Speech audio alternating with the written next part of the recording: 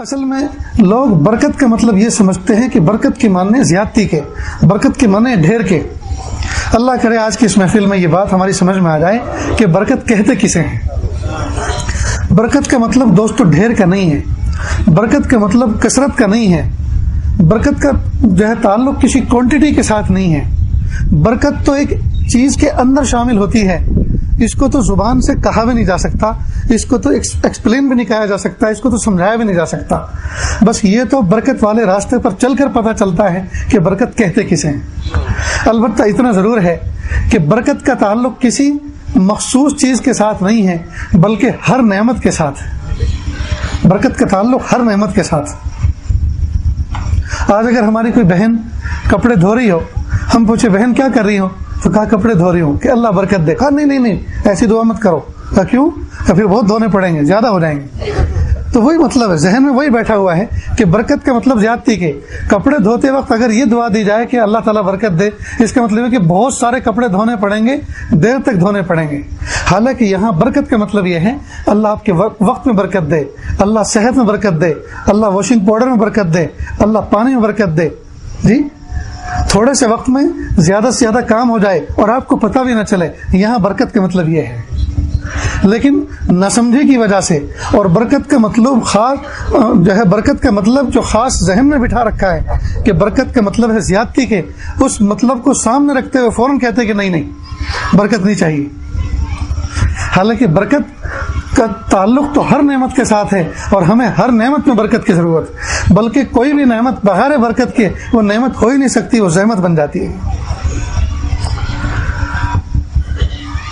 کسی قبیلے میں، محلے میں، خاندان کے اندر اگر فساد ہو جائے، کوئی جھگڑا ہو جائے اور سارے کے سارے مکھیا آ کے سمجھائیں، سارے کے سارے چودھری آ کے سمجھائیں اور علاقے کا پرائم منسٹر بھی آ کے تقریر کرے اور سمجھائیں کہ صلح کے ساتھ رہو، لیکن لوگوں کو غصہ اتنا ہوتا ہے کہ نہیں، ہمیں کسی کی سننی نہیں، ہم خود اپنا فیصلہ کریں گے اور مرنے مارنے پہ اتر آتے ہیں۔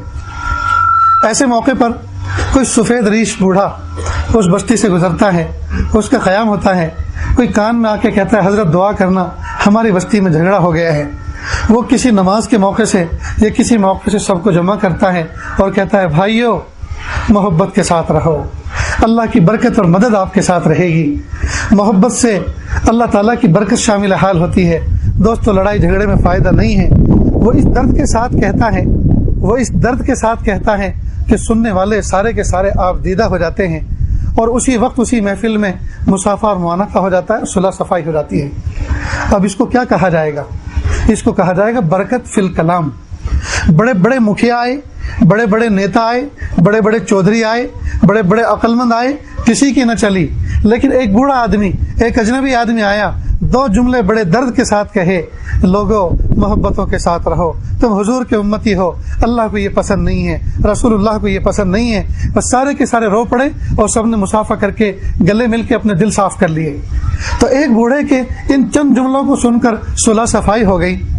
جی تو اس کو کیا کہیں گے؟ اس کو کہیں گے برکت فی الکلام، کہ انہوں نے جو بات کہی ان کے کلام کے اندر برکت تھی، لہٰذا وہ برکت دلوں پہ اثر انداز ہوئی۔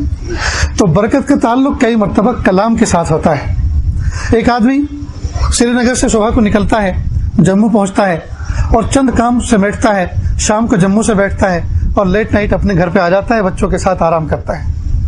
اسی طرح کا کام لے کر دوسرا آدمی اس کے پیچھے گاڑی لے کر نکلتا ہے، آفس گیا تو آفس بند، دکان پہ گیا تو اصل مالک نہیں، پیمنٹ لینے گیا تو جس سے لینا تھا اس نے کہا جی ابھی حالات ٹھیک نہیں ہے، مارکیٹ ڈاؤن ہے، آپ ایک ہفتے کے بعد لیں۔ نتیجہ ہوا نہ آفس کا کام ہوا، نہ شاپ کا کوئی کام ہوا، نہ پیمنٹ کا کوئی کام ہوا، اور کام اسی طرح کے تھے جو پہلے آدمی کر کے آیا۔ کیا کہیں گے؟ پہلے آدمی کے وقت میں برکت ہوئی اور دوسرے آدمی کے وقت میں برکت نہ ہوئی۔ تو برکت کا تعلق وقت کے ساتھ بھی ہوتا ہے۔ پہلے زمانے میں لوگوں نے 60 سال 70 سال کی عمر میں ایسے ایسے کارنامے انجام دیے، ایسے ایسے کام کیے جی کہ دنیا آج ان کو یاد کرتی ہے اور سر دھنتی ہے۔ اور آج کے زمانے میں اس کے بعد والوں نے 100 سال کی عمر پالی اور وہ ایسے کام نہ کر سکے۔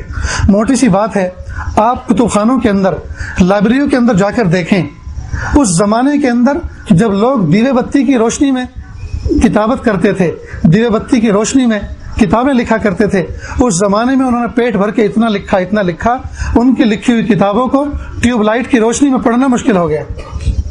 ہم سے تو بجلی کی روشنی میں ان کتابوں کو پڑھا نہیں جا رہا، اور انہوں نے دیوے بتی کی روشنی میں اتنا ڈھیر لگا دیا لکھ کر۔ تو اس کو کیا کہیں گے؟ برکت فی الوقت۔ تو برکت کا تعلق وقت کے ساتھ ہوتا ہے، برکت کا تعلق کلام کے ساتھ ہوتا ہے، برکت کا تعلق مال کے ساتھ ہوتا ہے، برکت کا تعلق عمر کے ساتھ ہوتا ہے۔ ایک آدمی 1 لاکھ میں بہت سارے کام بنا لیتا ہے، اور دوسرا 5 لاکھ میں بھی اتنے کام نہیں بنا پاتا۔ اس کو کیا کہیں گے؟ برکت فی المال۔ تو برکت کا تعلق تمام نعمتوں کے ساتھ ہے، تمام نعمتوں کے ساتھ۔ اس لیے جب ہم اللہ تعالیٰ سے کوئی دعا کریں کسی نعمت کی، تو اس میں عافیت اور برکت ضرور مانگنی چاہیے۔ یہ اللہ عافیت کے ساتھ یہ نعمت عطا فرما، اور یہ اللہ اس میں برکت عطا فرما۔